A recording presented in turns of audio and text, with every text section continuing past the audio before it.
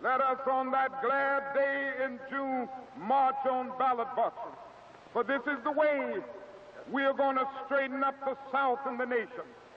Let us march on ballot boxes until somehow we will be able to develop that day. And men will have food and material necessities for their bodies, freedom and dignity for their spirit, education and culture for their minds. Let us march on ballot boxes until men and women will no longer walk the streets in search for jobs that do not exist. Let us march on ballot boxes.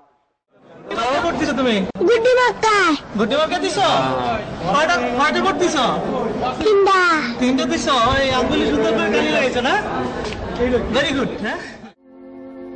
হাজার বছর পরে আবার এসেছি ফিরে, বাংলার বুকে আছি দাঁড়িয়ে।